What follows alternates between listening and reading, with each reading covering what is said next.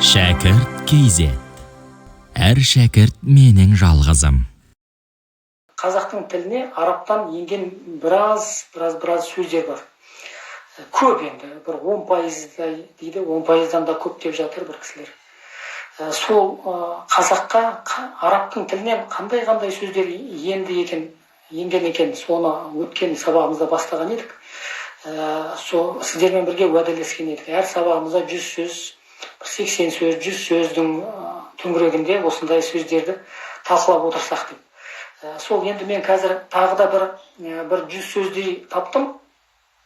Сол енді қызық мәселелер, енді біз сөйлеп жүрген біраз сөздерді біз елемейді екенбіз де, өзіміздің сөзіміз сияқты солай қарайды екенбіз, бірақ енді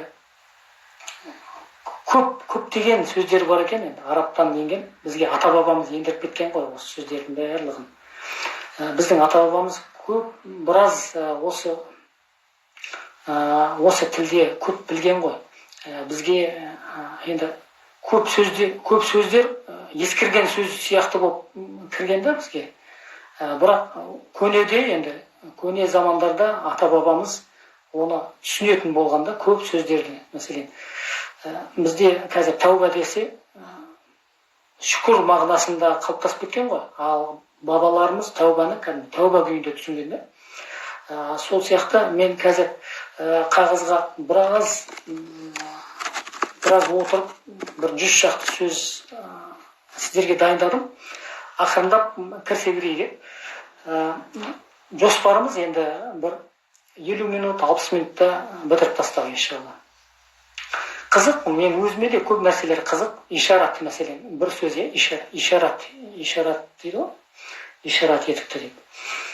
Сол араптан енген сөз екен. Шипа мәселен де. Құранда да бар ғой, оны назил минал Құран ма хуа шифаун деп басталатын аят. Шипа нәрсені түсіреміз сендерге дейді. Бал арасы жайында айтылатын аят бар ғой. Сол жерде шипа деген сөз бар да, мәселен. Шипаны біз енді қазақтар өзіміздің сөзіміз сияқты көріп кеткенбіз ғой. Сол шифа деген кәдімгі араптың сөзі екен ғой, бізге еніп кеткен. Жалпы тақырыбымыз осы жайында болады. Бізге қандай араптың тілінен бізге енген көптеген сөздер бар, соларды біз талқылап отырамыз. Бұл жерде тағы да ескертіп қояйын, бауырлар, діни сұрақ қоймаңыздар маған, және менің аузымнан дін күтпеңіздер. Тек қана тілге байланысты. Енді біздің негізгі бағытымыздың өзі тіл ғой. Менің осы бастап жатқан нәрсенің өзі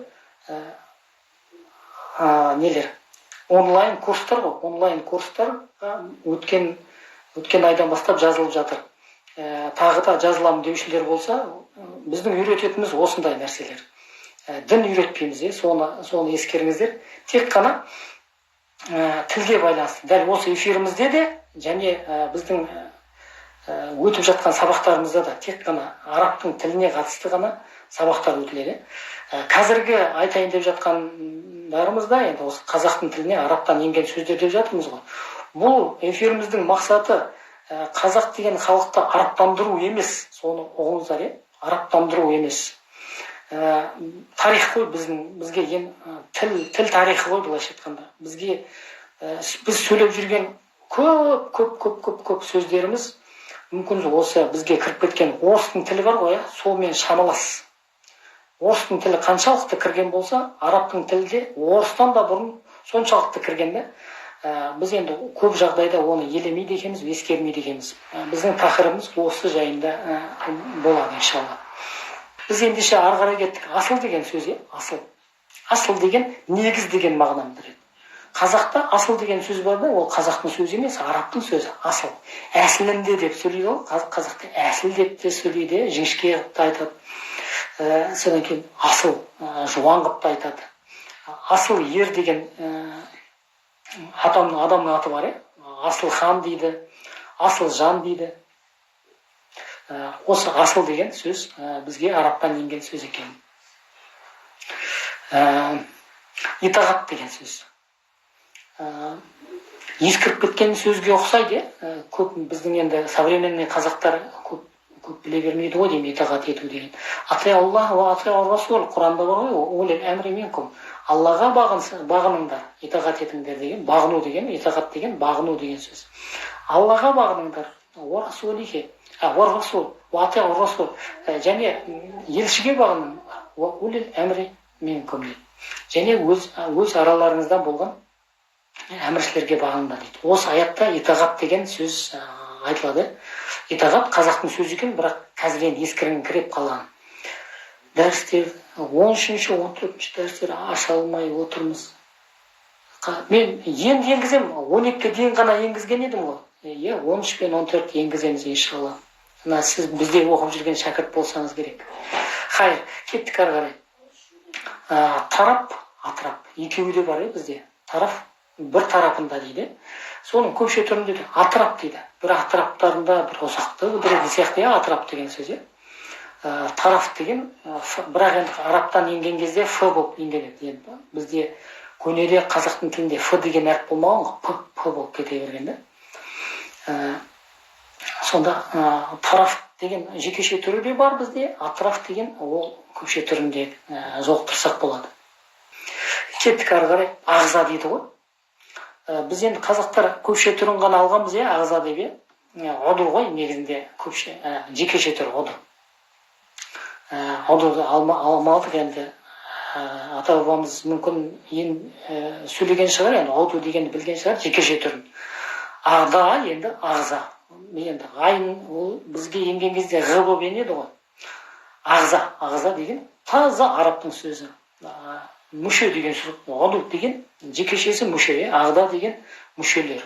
Көп жағдайда біз көпше түрін алғанымызда, уәлиді көп алмағанбыз, әулиені алғанбыз, рухты көп алмағанбыз, әруақты алғанбыз деген сияқты. Уәлиді көп алмағанбыз, әулие деп. Көп жағдайда қазақ көпше түрін ала берген.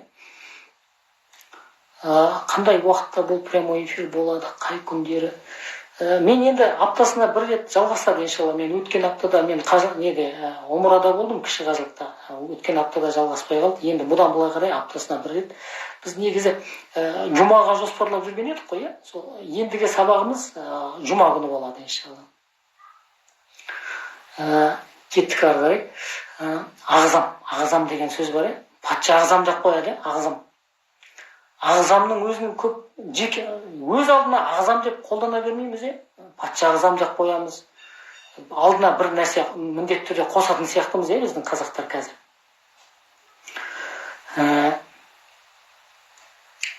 Содан кейін апат дейді ғой, әфәт.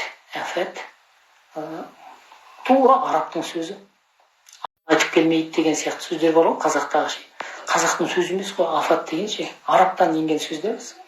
Енді бұның бәрі бауырлар тарих қой, бұған көз жұма қарауға болмайды. Тіл тарихы ғой, былайша айтқанда. Кез келген ұлт бірнеше ұстыннан құралады ғой өзі, тіл, соның біреуі тіл ғой. Осы тілдер бір-бірімен қабысып жатады екен де. Мәселен, орыстан біз дәл әзір құтыла алмаймыз. Түбегейлі құтылған күннің өзінде сіздің тіліңізде орыстың сарқыншақтары қалады, міндетті түрде қалады ғой. Тура сол сияқты біздің ата-бабаларымыз діни жолда болған ғой. Сондықтан мына айтып отырған әр сабағымызда 100 сөз жоспарлап отырмыз ғой, қазаққа еніп кеткен. Бұл не үшін енді деп ойлайсыздар? Бұл ислам арқылы енген ғой, осында дін арқылы енгенде. Бұл жерде енді бірақ мына сабағымыз дінилендіру сабағы емес, және араптандыру сабағы емес, соны біліңіздер. Мен мәселен орыстың тілі жайында айтатын болсам, мен орыстандырып жатқан жоқпын ғой сіздерді, мәселен дегенімде. Сол сияқты енді осы, бірақ бұл біздің тарихымызда, тілдің тарихы ғой, былайша айтқанда. Бұдан қашып құтыла алмаймыз бауырлар. Мәселен, апат, ондай болса апат деген сөзді айтпайық, апат. Әфәт. Осы апат деген сөз бізге араптан бірден араптан енген екен.